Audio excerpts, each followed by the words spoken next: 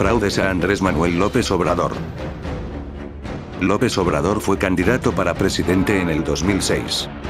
Andrés Manuel fue el más votado en las encuestas, y hubiera ganado la presidencia por mayoría de votos, pero le impidieron ejercer su presidencia. Un grupo de gente corrupta que tiene control en decisiones de México impuso a Felipe Calderón. Andrés Manuel realizó manifestaciones exigiendo el conteo voto por voto. El TRIFE consumó el fraude e impuso a Calderón para que usurpe la presidencia de México, junto con sus corruptos aliados. Pero el presidente verdaderamente electo por la mayoría de mexicanos, fue Andrés Manuel López Obrador. Le llamaron el presidente legítimo.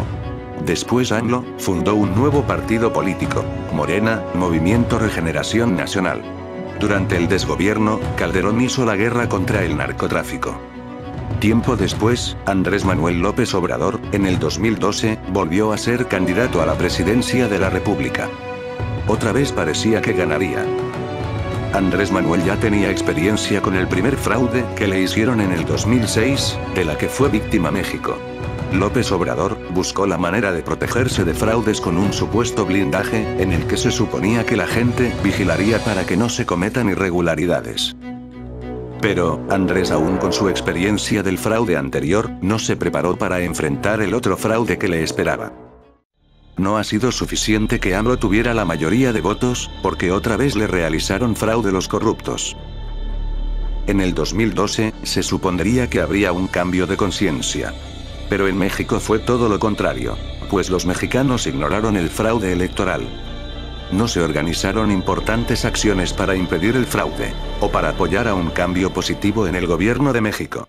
Bombardeados con la publicidad de Josefina Vázquez Mota, y de todos los medios en favor de Peña, los mexicanos caminaron ciegamente a su destino.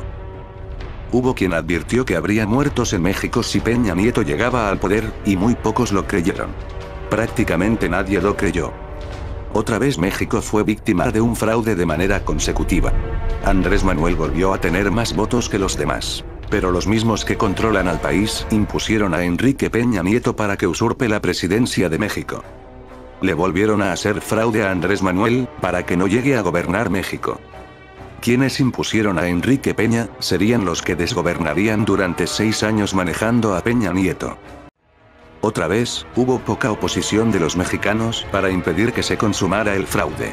Un grupo de estudiantes que se hacían llamar Yo Soy 132. Hicieron creer a algunos opositores al fraude, que podrían organizarse para demandar justicia. Hoy, los Yo Soy 132, son solo un mal recuerdo. Se consumó el fraude, legitimando al delincuente Enrique Peña. Esta vez Andrés Manuel no hizo alguna manifestación en contra del fraude. Pero hubo gente en México que sí se organizó, y se manifestaron en contra del fraude del 2012. En la campaña de AMLO, decía sonríe, ya ganamos, pero al final terminó por imponerse la corrupción y no ganaron. Los mexicanos fueron víctimas de otro fraude, solo unos pocos tuvieron participación en la revolución de conciencia. Una revolución inteligente sin armas. Lo máximo logrado por aquellos héroes, es la aportación del plan para hacer conciencia en la sociedad mexicana. Se hizo el plan permanente de desobediencia civil. Existe ya una solución contra los corruptos, pero los mexicanos no la quisieron poner en práctica. No tuvo nada de efectividad.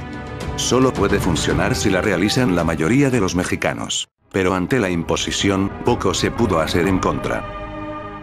A la sociedad de México le saldría caro dejar que un asesino estuviera usurpando la presidencia. Lo ideal hubiera sido derrocar al usurpador. Pero, ante el modo de operar de Peña, de reprimir y asesinar a quienes se atrevieran a cuestionarlo, no se podía hacer nada. Durante el desgobierno de quienes impusieron a Peña Nieto, se retrocedió, pues regresó el PRI. Impusieron reformas estructurales, mutilando la Constitución mexicana, preparando todo para el saqueo de recursos naturales y proyectos destructores. El apocalipsis empezó. Los medios mal llamaron presidente a Peña, para implantar en la gente la idea que Peña es su presidente. Esta estrategia les funcionó. Actualmente la gente está muy convencida que el usurpador Peña es su presidente. Los medios jugaron el papel de mantener a la gente en un letargo mental, del que no podrán salir.